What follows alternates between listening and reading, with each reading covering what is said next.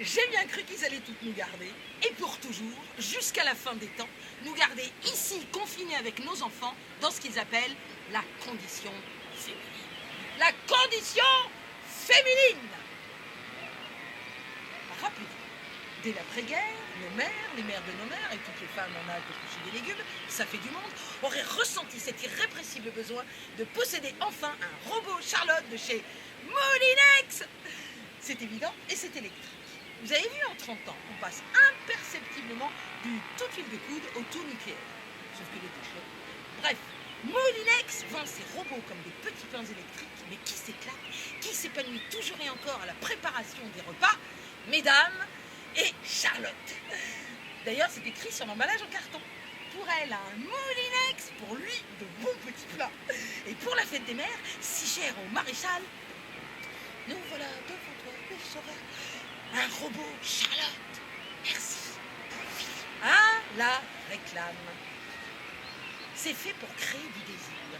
C'est un drôle de mot, la réclame. La réclame. Et mon cul, c'est du magret de connard, parce qu'après Moulinex, c'est la marque Seb qui nous vitrifie avec un slogan chaud bouillant. La cocotte de luxe à la portée de tous. Allez, qu'est-ce que c'est au juste qu'une cocotte?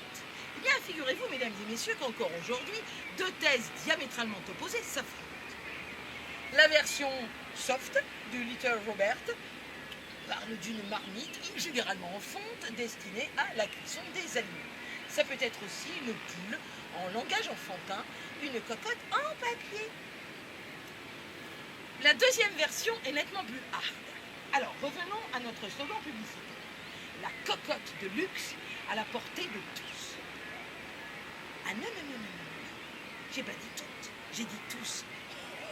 Je rêve où ce message serait destiné aux hommes, et rien qu'à eux. Le masculin l'emporterait-il sur le féminin jusque dans les cuisines?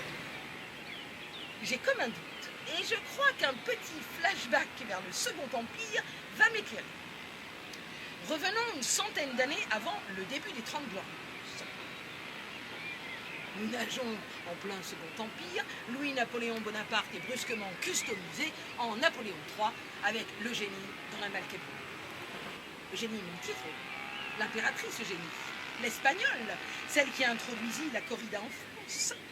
Eh bien, figurez-vous que cette période ô combien tourmentée devait s'appeler les Deux Joyeuses. Parce qu'à cette époque, une cocotte, c'est une péripatéticienne de luxe. Une prostituée de luxe. Je résume l'entourloupe.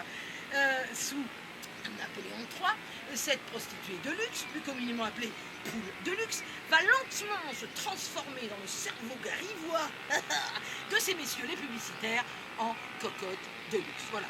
L'affaire est dans le sac et en guise de courbouillon, ils inventent le bourre-couillon. Je comprends mieux maintenant pourquoi Seb ne s'adressait qu'aux hommes. Quoique, la cocotte pour tous, ça aurait pu être son petit succès. Qui sait? Bref, à ce niveau-là, c'était plus de la cuisine, mais c'est de la tambouille. Et finalement, Seb, c'est bien, ben non, Seb, c'est Burke. Et puis, avec l'avènement des magazines féminins, notre image va durablement se préciser. Madame Tout-le-Monde se voit merveilleusement symbolisée par une ribambelle de mannequins enchevêtrés. Regard rêveur, sourire malicieux. Les deux mains plongées dans la lessive, façon bain moussant. L'émancipation est à son comble et le message demeure subliminal. I love a dream! Eh bien non, bougre d'idiot, I love la vaisselle, comme nos mères, nos grands-mères et tous nos ancêtres condamnés aux travaux domestiques. Et pourquoi donc ce verdict sans appel?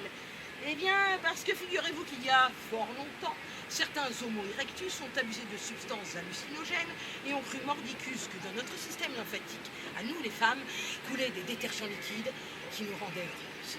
Ceci est malheureusement vérifiable encore aujourd'hui. Nous seuls serions capables de transformer la crasse en propreté, et tout ça avec nos petites mains mouillées. Et de quoi nous plaignons-nous? N'est-il pas de notoriété publique que nous sommes toutes des fées du logis? C'est pas une chance? Et puis, avec la multiplication de ce petit électronucléoménager, nous allons devenir encore plus performantes et dépendantes. Garçons, l'addiction, c'est